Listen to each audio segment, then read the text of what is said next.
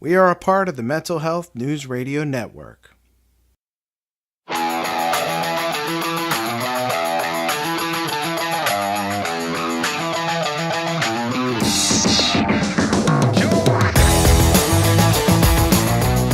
You've tuned in to Rescue the Rescuer, the show that focuses on helping first responders who may be experiencing challenges such as addiction, PTSD, relationship failure, and more.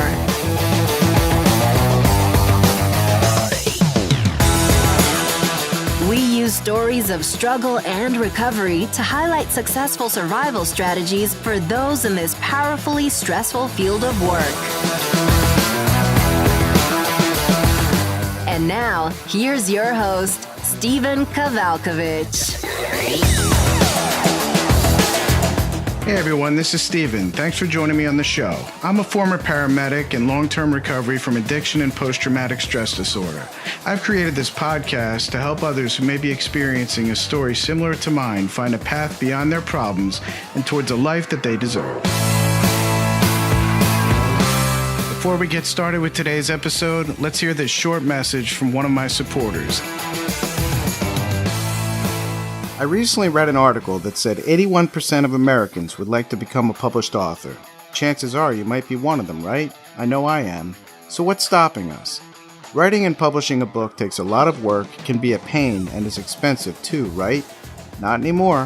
For my next book project, I've teamed up with Hassle-Free Books. They're making it easy for me to become an author. They're removing a lot of the fuss and struggle and making it smooth and simple. And it's far more affordable than you could ever imagine. Go to hasslefreebooks.com and use promo code RESCUE to receive a 10% discount off any book project. Get started right away and become a published author in as little as 45 days. That's hasslefreebooks.com. Promo code RESCUE. All right, thanks again for joining me, and let's get started with today's show. Hey, everybody. Welcome back to another great episode of the show. I've got an awesome guest on tonight, and I'm really excited to talk to him. We got to meet, we haven't met in person, but we've met over the glory of technology in the last few weeks. And it's really cool because, this is a little bit different than some of the other shows that we do. A lot of times we work with, we talk specifically to people who are working in, in advocacy, mental health advocacy and programs, which this man does. But he's got a heck of a story. And even though we come from different backgrounds, we come from different parts of the country, a lot of our stories, I want you to listen very closely, because if you listen to episode 1 of my show, which is my story, and if you didn't, shame on you, you need to listen to it. But if you didn't, or if you did, rather, you'll see the similarities. The circumstances and specific details may be different, but the similarities are definitely there. And that's what I really wanted to highlight tonight, is the fact that regardless of, what our backgrounds and our individual circumstances are, we can all relate in certain respects, and I think you'll see that. So without further ado, I've been going on and on. I'm going to introduce Michael Koch, calling me. He's out in Arizona, I believe. Arizona, right? Or no, I'm sorry. You're in San Diego, right? Yeah, I'm in Encinitas, San Diego, California. That's right. Sorry about that. I talked to a million people. So you're out in California, and you've got a heck of a story. And I only found out about it because the CEO of the network of this show, Kristen Walker, had actually sent me, I guess she saw your story published somewhere, and she said, hey, we really should get this guy on the show, and I couldn't agree more. So, Michael, let's get started. Let's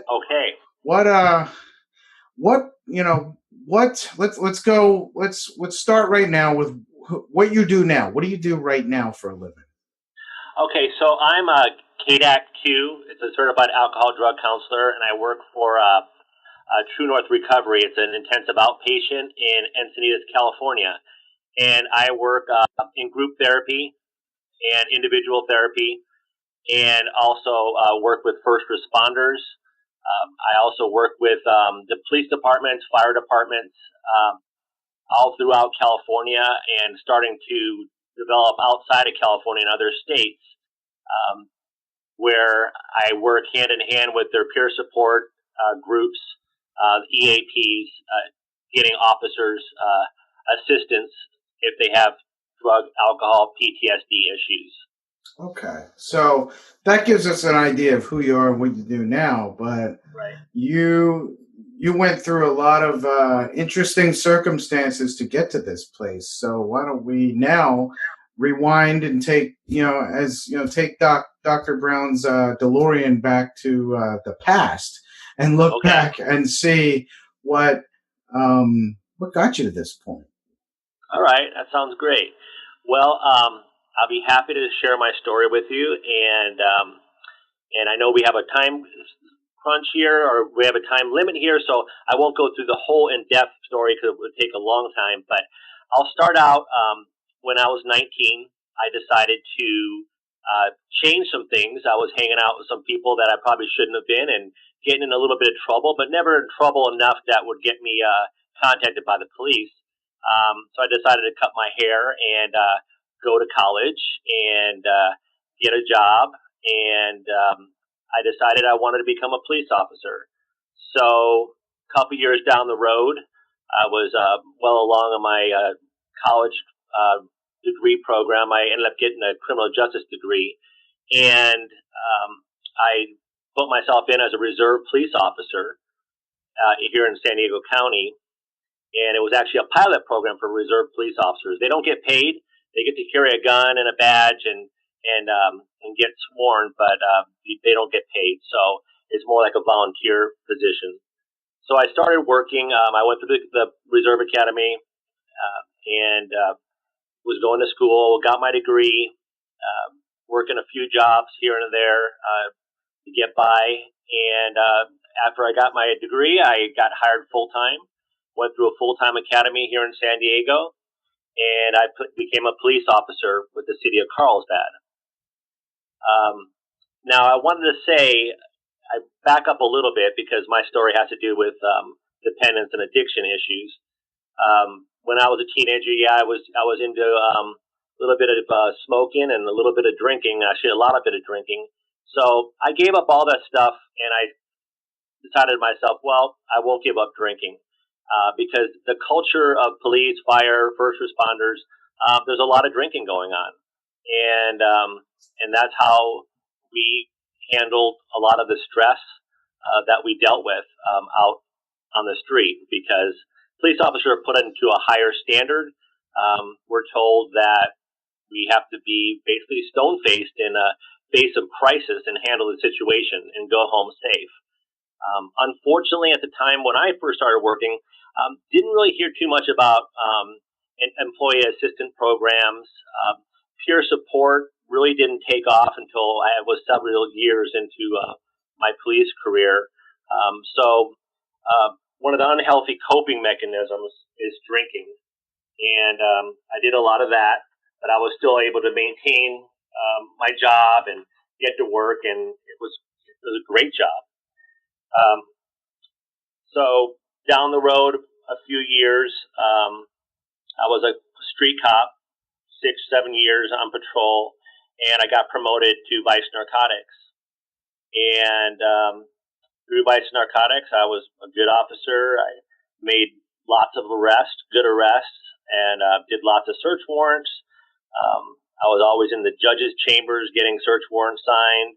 I was working with other task force in the area, Narcotics task force, the DEA, and I made a name for myself as a respected, good cop, that had a good head on his shoulders, and I loved what I did.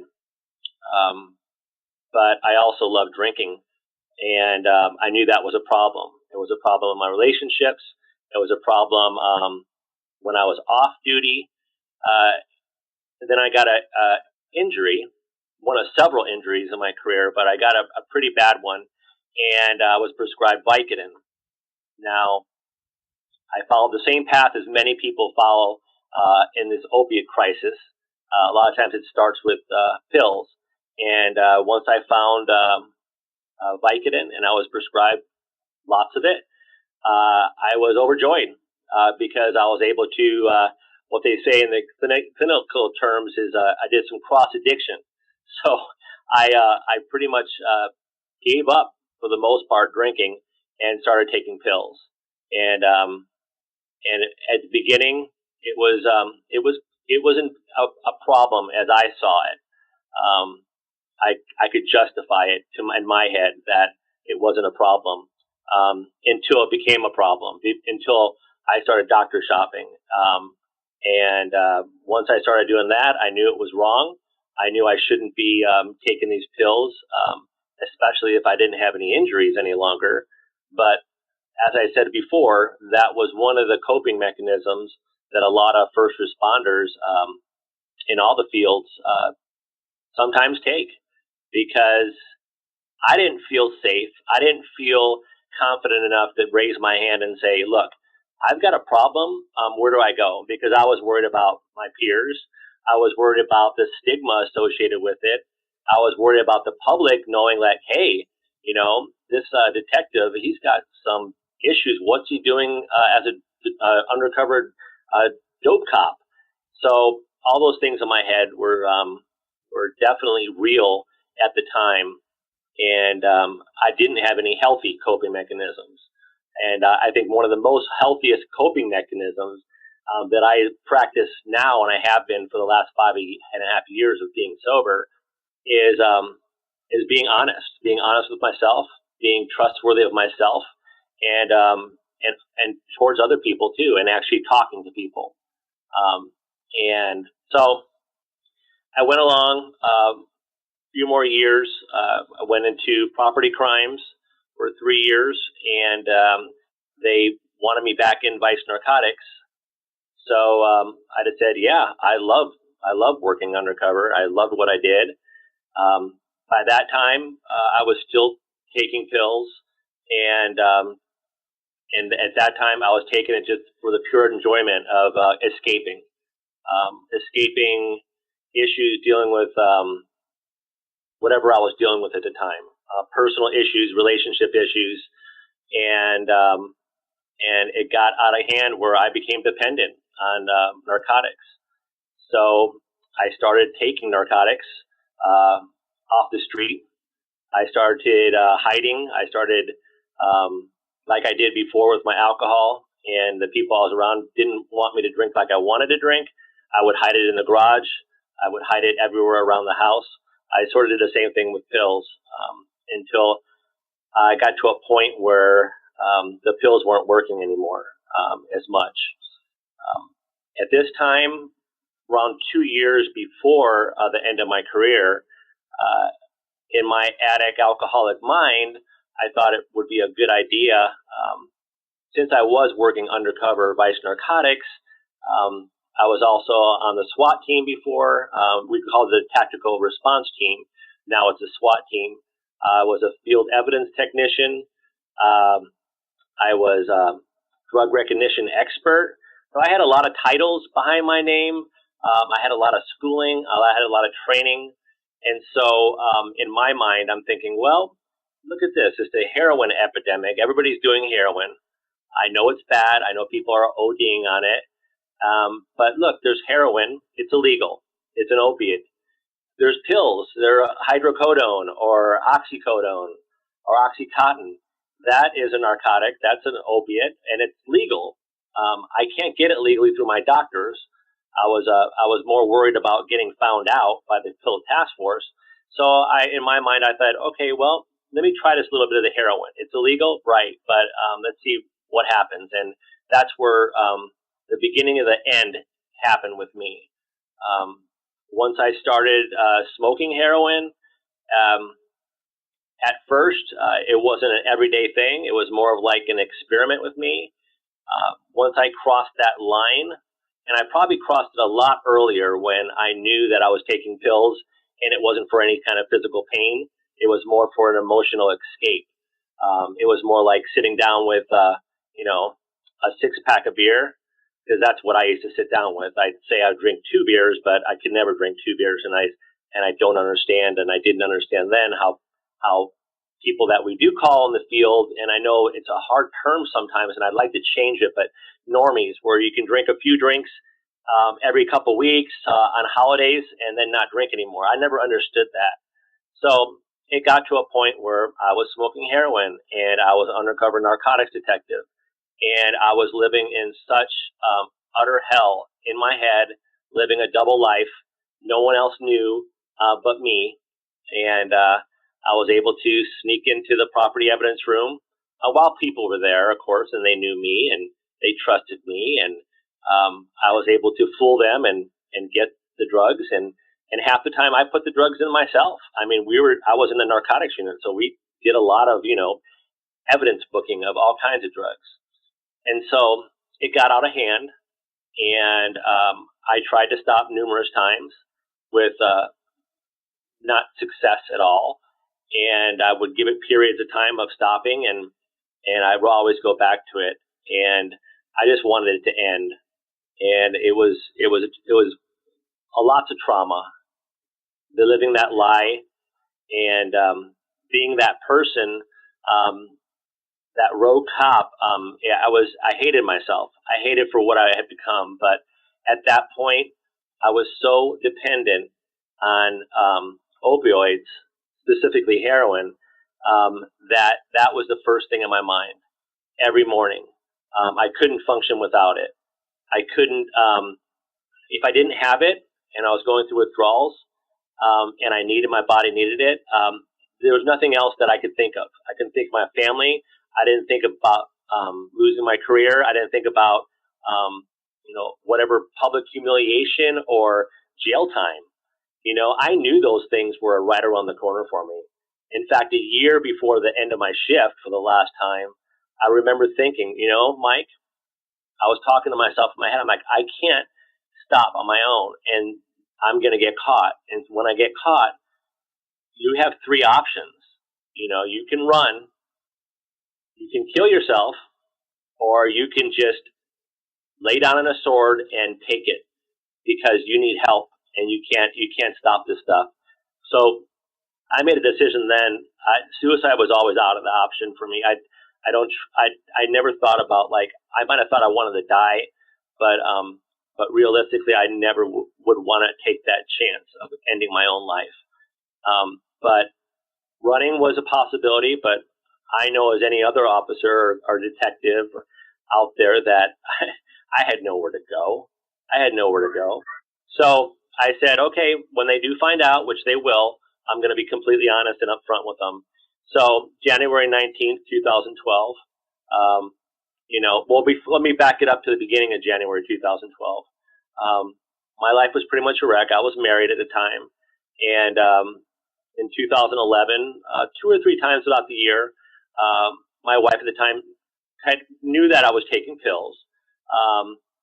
She knew that I was smoking something in the bathroom, but she didn't know it was heroin. I said it was pills because that's what they do too with those things. And so I was in and out of the house a few times, but still maintaining the facade that everything was okay. I didn't, even with people at work, said, "Hey, Mike, you look a little bit down today." I'd blame it on our relationship because, yeah, our relationship was not doing good at all. And it started way before that. But so I put myself through a detox the first week of January of 2012, and I stayed 5 days. I was planning on going to a 28-day program right afterwards. But unfortunately, at that Wednesday, 2 days into it, the doctor said, your insurance isn't going to cover a rehab afterwards. And I'm like, what are you talking about? That's what I want to do. I want to get help. I want to get clean. I want to go back to work and like it's never happened before. No one's going to be the wiser. That was my intention. And my insurance wouldn't cover it. So by that Friday, I had already planned, hey, I'm doing good. I'm going to go back. I could probably do it a couple more times. I knew I wasn't well, but I felt well. And that following week, I did it one more time, and they caught me, I guess, in evidence. They counted the baggies that I took. And that night, I was giving my son a bath, and my wife came upstairs and said, "Mike, there's 2 detectives at the door." And I'm like, I was in an out-of-body experience at that time because I knew it was over, but I knew there was maybe a 5% chance that it wasn't detectives from my department. So I remember walking, sort of like floating, walking down the stairs, and a door was cracked halfway open. And I'm like, you know what? Be anybody, be CIA, be NSA, be the sheriff's department, be anybody, be Oceanside, be anybody but Carl's PD. And I opened that door, and there they were. Two guys I worked with for 19 years, standing in front. And one was a sergeant, one was a officer with internal affairs. And it's funny now looking back at it. At the time, it was so shocking when one of them said, Mike, we really need to talk to you back at the station. And I'm like, oh my God, this is my movie. This is the end of it all. And I invited him in, and I said, yeah, you do. You really do. And so, there's a lot more that goes with it, feelings, emotions, things that happened. But to speed it up, I did go to rehab. I met my EAP person that was there in the beginning. Her name's Sarah Gilman. She started EAP in 2011, right? Probably at the worst time of my sickness and my disease and addiction. I met her for the first time in that department's first time we had like an after action type of situation where someone come in and talked to us about the scene we saw, and it was a homicide. It was a brutal one that people were losing sleep over and having nightmares. So she came in. Well, I saw her and finally got up to a rehab in Sonoma County. And you know what? I found recovery. And it's amazing. It's an amazing journey. It was a very surreal and heartbreaking time for me. The first 6 months of my sobriety, my wife divorced me. I went through bankruptcy, had to hire a criminal attorney. I had, 47 felony counts against me. I checked into an intensive outpatient program, and I did what was suggested in rehab. I didn't know anything about recovery. I didn't know anything about recovery 12-step programs. I didn't know. I had what they call in the recovery field contempt prior to investigation. So all those people that were at the meetings that I would drive by in my patrol car, and they'd be outside on a break having coffee, smoking cigarettes, and laughing at a closed down church. In my head, it was a closed down church because it was 7:30 at night or 8 o'clock at night. I would think to myself that is a cult. They're doing something in there I don't want to be a part of. And this was way before any pills got into my system. I was not the alcoholic. They might have been the alcoholic or drug user. I was the cop, and whatever they're doing in there, it's got to be weird because they're, holding hands and saying prayers at the end, and it's, all this spiritual stuff. I didn't trust it, but I never investigated it. I never Googled, 12-step meetings. I never Googled, what it was meant. So it was an eye-opening experience getting sober and going through rehab, and it was the best thing that's ever happened to me in my life. The whole situation, what happened with me, what I went through. Yeah, I was ready to go to prison. I did wrong. I knew that people that I worked with would probably never forgive me or want to talk to me again. I totally get that, and I still get that, because that was my mentality before, when officers would go out and do something crazy or like illegal, they'd be shunned, and that was never a problem with me, and it still isn't. One great thing and one great miracle that happened is my lawyer said, "You got 47 felonies against you, Mike." And I'm like, "Oh, I know. But this is where I'm at right now. I'm not hiding anything. I'm not trying to get by anything. I'm ready to fall on the sword. I'm ready to take my punishment because I want this over. And whatever it takes, I dug the hole. I might have lost my choice not to do what I was doing, but you know what? I still did it, and it's my fault." The DA's office, they knew me very well, and they went back to Carlsbad and said, "Hey," and this is through my lawyer. They said, "Here's your guy. you tell us what to charge them with. And they brought back the, big binder case reports and said, one felony count of theft, which, I got sentenced for 3 years probation. And it got knocked down to a misdemeanor. But that first year, it was pretty daunting and it was surreal. It was the most real I've ever felt in my whole life. I felt so alone. I had my family, but I felt so real because my life has never been so real. I knew I was living a lie for so many years, and now my whole lie was out to everybody. Newspapers, they were at my front door. So anyway, I got through that part, and once I was sentenced, I did in 2012. I'm thinking, okay, I got a divorce lawyer still dealing with him, bankruptcy, everything is still in the process. I'm going to need to get a job here soon. I couldn't get a job at Walmart. I tried it in a lot of places. And it was okay because I knew eventually, as long as I stayed sober and working in the positive, that things will work out.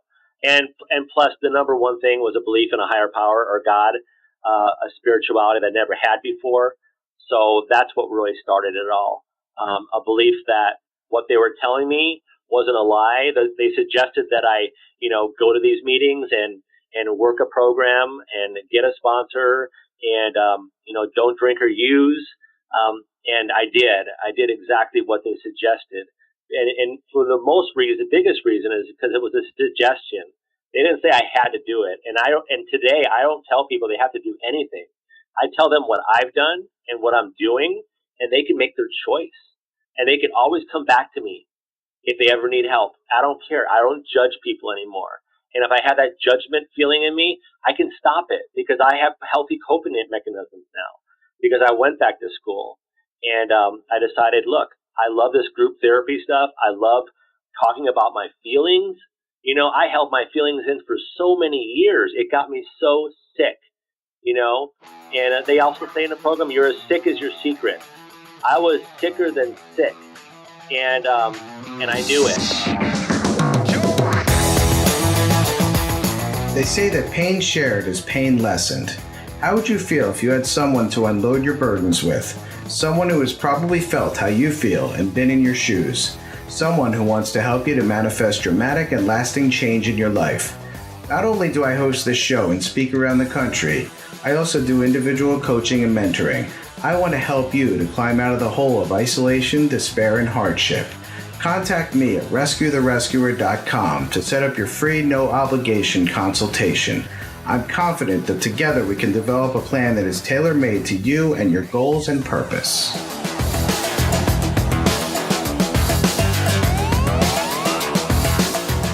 You know what a great irony is, especially in the job or in the field of being a cop or whatever, is like you said at the beginning about having to be stone-faced and you don't share your feelings. You're not even supposed to have feelings. And right. Now to go all the way to the other end of the spectrum and find out that you actually, not only do you enjoy it, but I'm willing to bet, because you're the same as me, the freedom that comes from sharing your feelings and your deepest whatever stuff with others, not only as a way to help others, but it also lightens the load that you carry around. Oh, exactly. It really does. It's a sense of freedom I've never had before. And I want to grab people and share with everybody, because I know you don't get a word in edgewise while I'm talking here, because I could talk. I really could talk for hours on stuff on recovery, because I love it so much. And I've met I met a lot of great people in the field, and I'm continuing to get hooked up with people that are just positive, great therapists, people that work in peer support, cops, firefighters. I love it because they have the same goal also. They want to stop the stigma associated with first responders seeking mental health services, or even like in my case, even in contacting their EAP or wellness programs for peer support. Getting past that stigma is so important because, we take care of everybody else. and we sometimes we stop and we don't realize that we're not taking care of ourselves.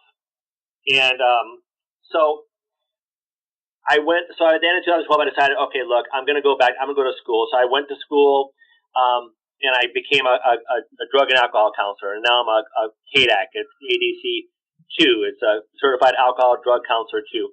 And so I went through the school, got my certificate, just so I'll be able to get in the doors and to be able to be a counselor at facilities. Down the road, I'd like to, get a higher degree and, become an LMFT or something. But, that's gonna be down the road. But I think right now, I think I'm in the right place where I'm supposed to be.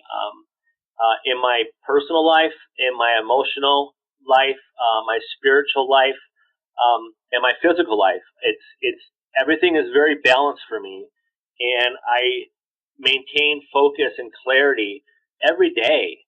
Every day I wake up being grateful, which I never did before. It's a learned behavior. I did it because other people said, this is what I do, and this is why I'm happy. When I get upset about something, if something hurts me, I have to figure out, why does that hurt me? Why does that sting? And I have to look at, it's not about them, it's me. I'm taking that in.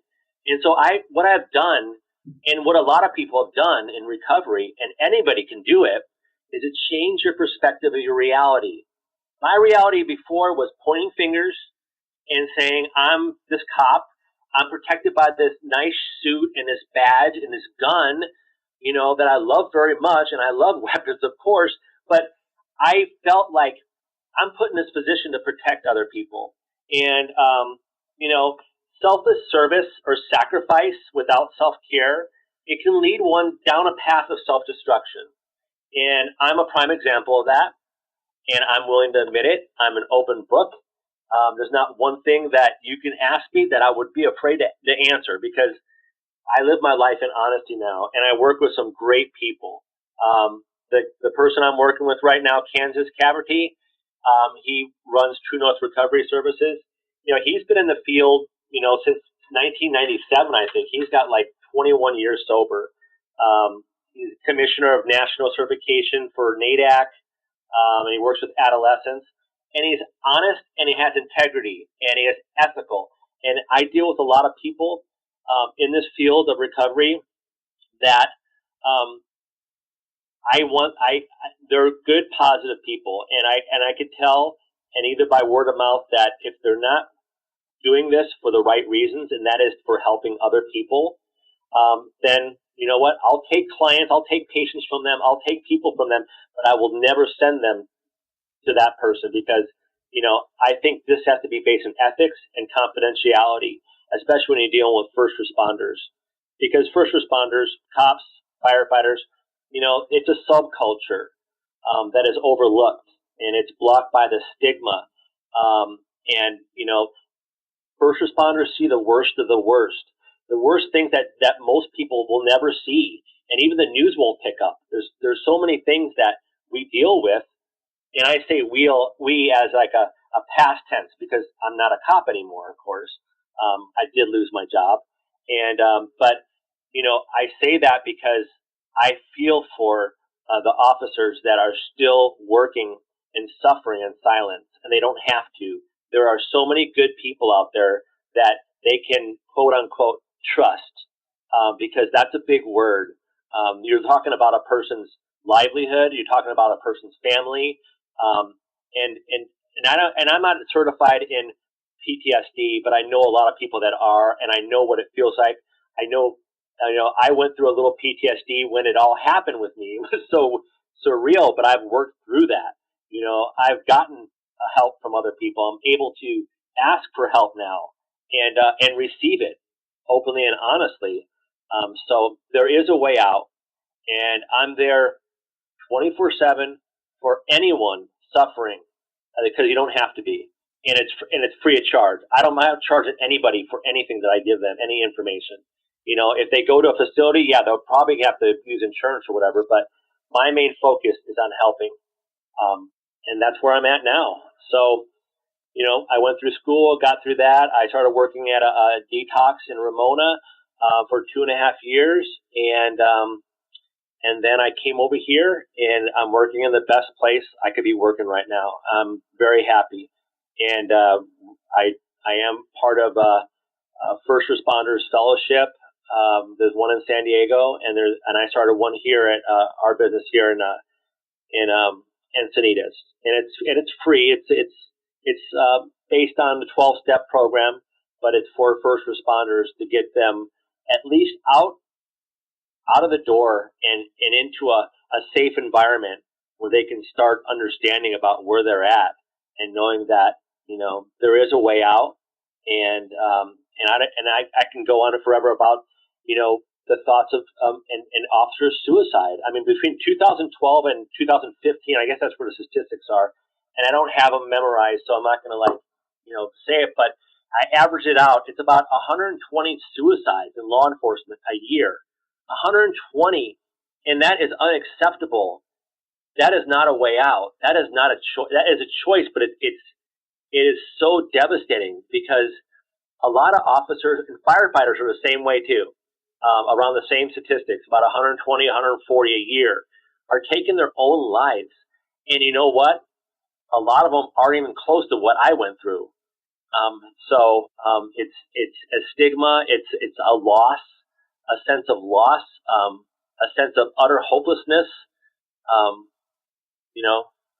It's a point where you don't know where to go, and there are people out there that are willing to be there. There's foundations like the Code 33 Foundation up in the San Francisco area. Janelle Crunk, she runs that. It's a 24-hour service hotline for officers, dispatchers, firefighters, that they will get them the necessary help. Seattle, Washington, Steve Redmond, he runs a thing called Code 4, and they work together. There's lots of really good places that are there for support. And this last week, do I still got time? Yeah. All right, I must make sure I didn't hear anything on the end. So last week there was a convention. It's PSA, Public Safety. What is it? Let me see. Public Safety Peer Support Association. So they started in 2016, and this year they have a convention. It's about 4 days, and they have speakers, great speakers, and it's all peer support all over the United States. I think mostly California came, but there's people from Chicago, New York, firefighter associations, and they came to learn about how we can work together to break the stigma and get these first responders the necessary help. There are so many good people that are working on this and getting departments to work together. They had a lady, Dr. Trina Hall. She's from the Dallas PD, and Stephanie McKinney, I think, from LAPD. They worked together on the Dallas shooting last year, July 7th, I believe, of last year, when those 5 officers were assassinated. There was a sniper, and they got killed. There was a lot of PTSD. There was a lot of stress and anxiety, and they were able to work together and help these officers and family members and dispatchers and firefighters and first responders get the quality help and develop some healthy coping mechanisms instead of holding it in and bottling it in. We can only hold it in for so long before it's going to explode. Oh, yeah. And you probably know that as well as anybody else, that we're as sick as our secrets. And if we keep holding things in, it's not going to be a good result, even though we think we can overcome it and we can do it because we're strong and we're, in the public eye, and we're held above at a higher level of care for ourselves. So that's where I'm at now. So right now I'm associating with, peer support groups throughout California, and throughout the United States. It's just starting right now. And if I can be there for anybody that needs help in their situation, whatever it is, I'm there for them, and they don't have to experience what I did. Well, Mike, I was just thinking about it, hearing what you're saying about the peer support groups and such. That's actually something that I am in the process of beginning at a treatment center down in Atlantic City. I just had talks with them last week, and I'm going to be kind of piloting it for them. And that's where it's going to start. They don't have any type of program at all at their facility for first responders, but I figure Right.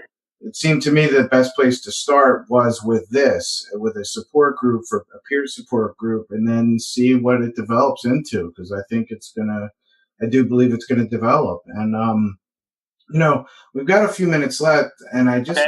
I had a couple questions I just wanted to ask real quick because Sure. I'm glad. First of all, thank you for sharing your story and everything, because you've said it a couple times, you've alluded to it, and I agree with it. The pain shared is pain lessened, and Mm-hmm.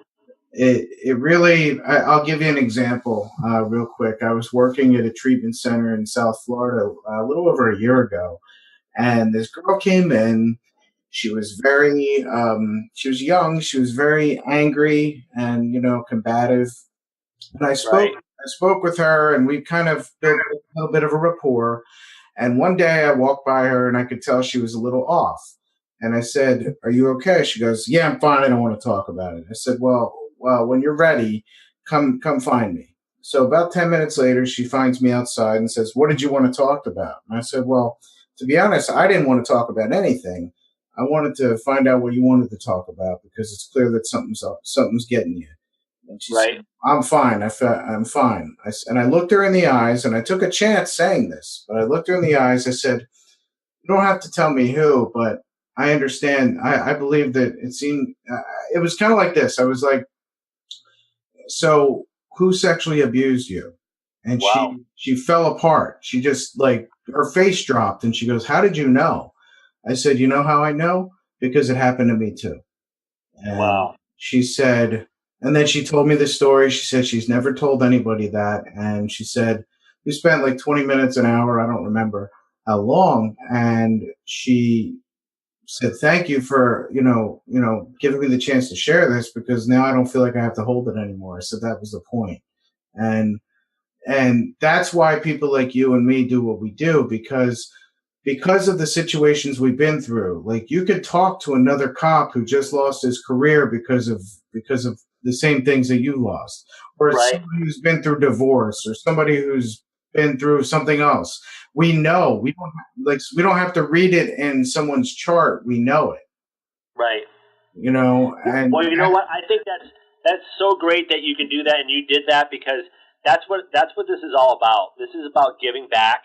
And I remember when it all happened to me, and I went into a sober living, and I was like out of my element. I had no idea. It, it was so surreal. I can't even explain how the feeling was. I think I did earlier. It was just like the realest I ever felt. But I remember thinking, you know what? I'm alone. I'm completely. No one is going to be there for me, and that's okay. I had to accept the fact that what I did was very bad and very wrong. And I put a scar on the department, and they had to face to the public humiliation and all that. But you know what? One of the most important things someone told me right when I got sober after the first week, I went into a rehab. And the first week, and I'm detoxing on Suboxone or whatever, and I just wanted it all done. And it was a Friday, and my counselor, her name is Ronnie Gecko, and I talked to her now, but it was way back when I first started, and she brought me to the office. She goes, "Mike, I'm sorry I have to talk to you about this at your first week. I know you're going through a lot, but you've got to think of your future and what's going on." And she's asked me about what I was going to do for employment, and I was just like, I started sort of crying. Going, I can't even think about that. McDonald's, I don't care. But then she asked me, then I said, "What am I going to do when I get back?" And my department's going to look at me, and everybody's going to point their fingers, and I'm going to be a disgrace, and maybe I should move away and just get out of there and just run away from it all. And she goes, "Mike, it's none of your business what other people think about you." And I stopped, and I for about 4 or 5 seconds, I had a resentment towards her immediately. I was like offended, going, "How dare her say that it's none of my business?" And as before I even finished that thought, I got it. It wasn't my business what other people think about me. It's not my business what other people think about me. It's my business what I think about myself. And that was one of the very first things that changed and started my life where I'm living now, and in sobriety. And I've never had it so good. And then the next thing that she was talking about was like God. And she goes, Mike, are you praying to God? And I looked at her with this look, and it must have been like a no kind of look. Like, what are you talking about? No. Because honestly, this is not embarrassing for me to say, but end of 2002, my dad died of alcoholism in 2002. I made a New Year's resolution going into 2003 that I wouldn't pray anymore to God. I used to pray every night before I went to bed. I was taught that as a kid. I prayed. I was spiritual. I didn't know what it all meant. I still don't know what it all means, but I know we're connected to something, and it all means something. As long as I worked in a positive, I could see it. And so I gave it up, and it was almost 10 years to the date that I didn't pray anymore. I prayed that they wouldn't catch me. I prayed that I wouldn't feel so bad and I would get more dope. But besides that, I didn't pray that much. And I looked at her like, no. And she got close to me and she like pointed her finger. And it was like one of those dirty, hairy moments, you know? And she looked at me and that's how I felt. And she started like tearing up and crying. And she goes, Mike, you better pray. And I'm getting choked up right now thinking of it because it was so amazingly eye-opening and spiritual. And I looked at her and I started crying. I'm like, okay. And I got up, I said goodbye to her, and I went and I prayed, and I got on my knees and I prayed just for direction, just for guidance, just that I will get through this, and my children will be able to get through this down the road and know that their dad was able to overcome these obstacles. And you know what? I haven't stopped praying. I don't pray. I pray all the time. I'm sort of praying right now. You know, I'm connected with a higher power of spirituality that I never had before. And it's so real and it's amazing. And I just want to share this with others, thinking that maybe there is no hope, that there is no way out, and no one is going to be there for them. You know, there are people, and it's getting bigger and bigger where the stigma is getting broken down, and the command staff at all facilities are realizing that officer wellness should come first. You can't send an officer out there with these emotional issues and make it a bad thing and protect it from everybody else. It has to be in the open, and we have to come forward. And no matter what it is, you know, if it comes to PTSD, stress-related issues, we see a lot of things out there. Personal issues, sexual orientation, it can't be kept closed anymore. People need to stand up. When I was at the conference this week, a transgender woman is a sergeant. Her name's Christine Garcia for the San Diego PD. She's the first woman sergeant that's transgender. She's a man, but she looks and dresses and takes hormones, and she's working as a sergeant. And that is amazing. And her to tell her story and to stand up, that's going to help a lot of people, and it's going to help break these barriers that we just feel so comfortable hiding behind. Yeah, you're absolutely right. I mean, that's what it's all about. You know, don't ask, don't tell is just a way of people, you know, dying in silence and isolation, and that's we don't need any more of that. Michael, it's been we're gonna have to do a follow-up interview because I do have some, and that's fine. I'm all about it. I just you know, there's some other things I definitely want to get to know and just some thoughts. Actually, real quick, I want to ask you this last question. Sure. You know, you were a narcotics cop. You arrested a lot of people for narcotics and heroin, and then eventually you're smoking heroin in the bathroom of your house with your family in the other room. Oh yeah. So answer me this one question: this thing, whether you want to call it a disease or a choice or whatever, is this thing about knowing better? Is there a thing about knowing better once you do it, or once you're doing it? What I mean by that is what some people have said to me in the past. Well, you were a trained paramedic. Didn't you know better? I mean, you're a narcotics officer. Didn't you know Yep. better than to do heroin? It's not. I It's not about that. it's not about knowing better. Yeah, I knew it was wrong, but you know what? I wasn't even able to admit that I was at an alcohol problem. I had an alcohol dependence. I didn't want to look at myself and say I need help. I'm not going to go to these meetings that people there, that I can't. How could you not drink the rest of your life? I couldn't get that in my head. I'm like, no one does that really wants to. Maybe they're forced by the court not to drink, but how could you not want to drink anymore? So no, it's I made the choice to cross the line and smoke heroin for the first time and then take it from evidence. I knew what I was doing at the beginning, but I didn't have a choice at the end. Once you get addicted and get dependent on something, your choice is gone. People that get sober and find sobriety and have some kind of program, and I'm not saying this is specifically a 12 step. I think that's the best, and I love it, and I think that the 12 steps are amazing. You can run a government, you can run our world on that. People would get along. But there's also other programs too that I suggest to people that if they have a God problem where they don't want to, believe in God, atheists, they might want to do like something like Smart Recovery or Celebrate Recovery, Refuge Recovery. There's a lot of different, but have something, have a sober support network. But I don't know if I answered your question, but I did know better, of course. I knew better that I know stealing's wrong. I know that was stealing. But I think that I was able to justify it because of my position and because of what I was doing. And it sounds really, convoluted and not a proper thought process, but I made it sound right for my brain. And if you talk to psychologists and psychiatrists and people that are counselors in the field, they totally get it because you want to trick yourself and you want to. And another thing, a person I work with, she always says, pain has no memory, and pain doesn't have any memory.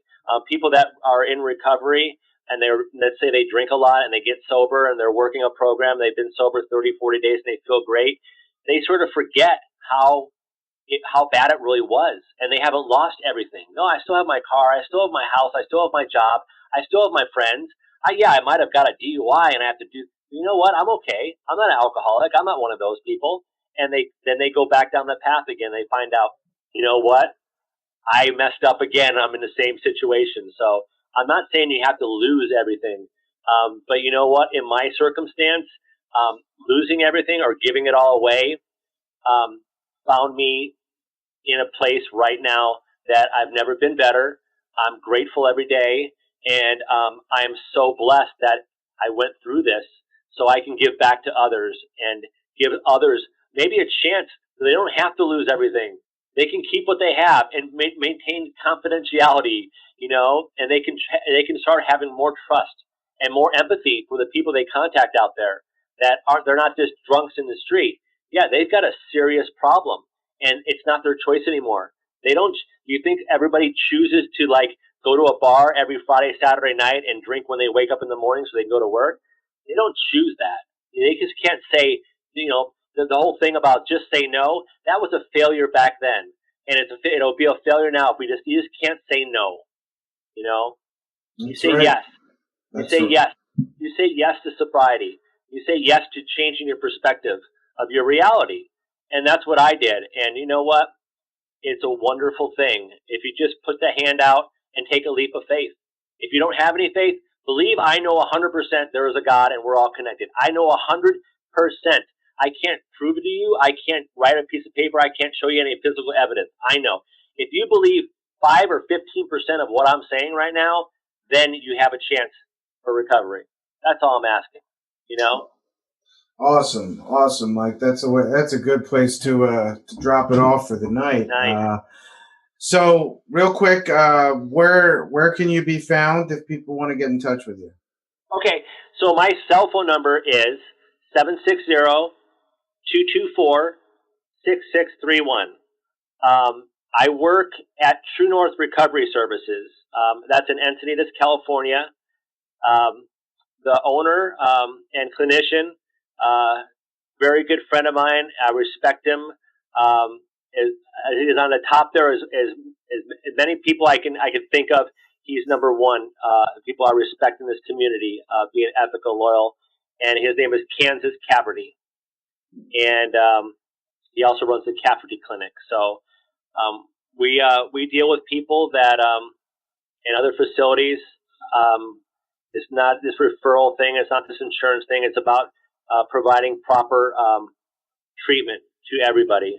And we don't have a specific first responder track, but I'm telling you what, we've dealt with firefighters and people that come through our facility, and we have a small group. It's called Intensive Outpatient. We start at it's an 8-week program, and it's great. It's great seeing people, especially in law enforcement community or first responders, feel safe to open up and talk amongst other people, and associate with other people that are businessmen, lawyers, surgeons,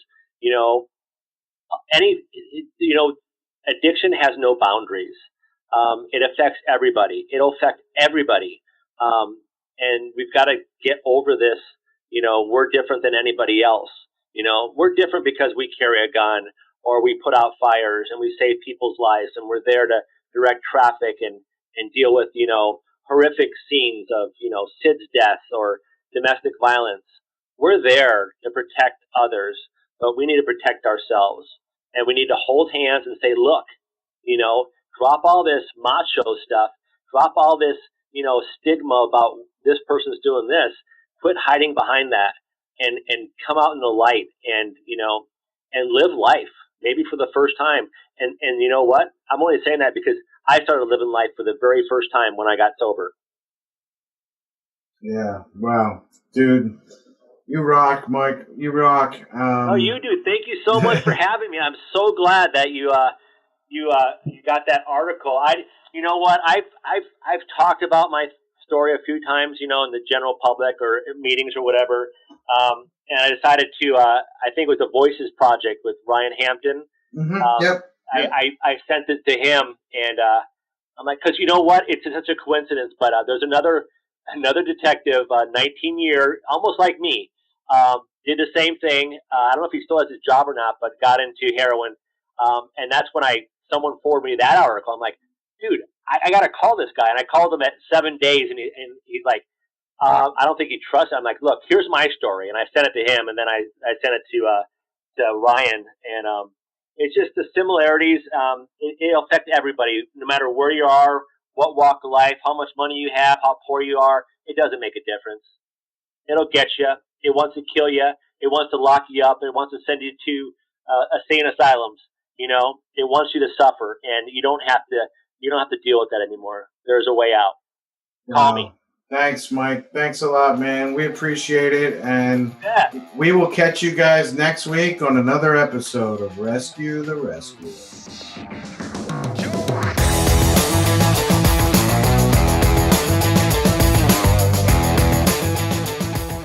Hey everyone, thanks again for listening. I really hope it'll help you or your loved one. If you get a chance, I really would appreciate it if you could head over to iTunes and Apple Podcasts and leave a review. It will really help me out in many ways. Take care everyone, and remember, you are not alone in your struggle.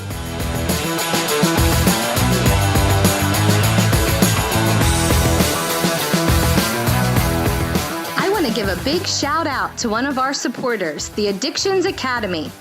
The Addictions Academy is the world's foremost accredited trainer of addiction coaches, addiction counselors, interventionists, and international master addiction coaches, offering on-site training at your rehab or facility, live virtual classroom webinars, or on-demand classes covering an extensive availability of courses and certifications. Check them out at theaddictionsacademy.com or call Dr. Callie Estes and her team at 1-800-706-0318.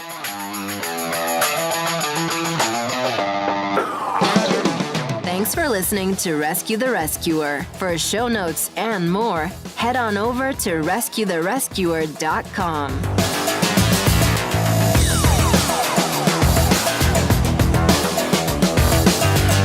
We are a part of the Mental Health News Radio Network.com.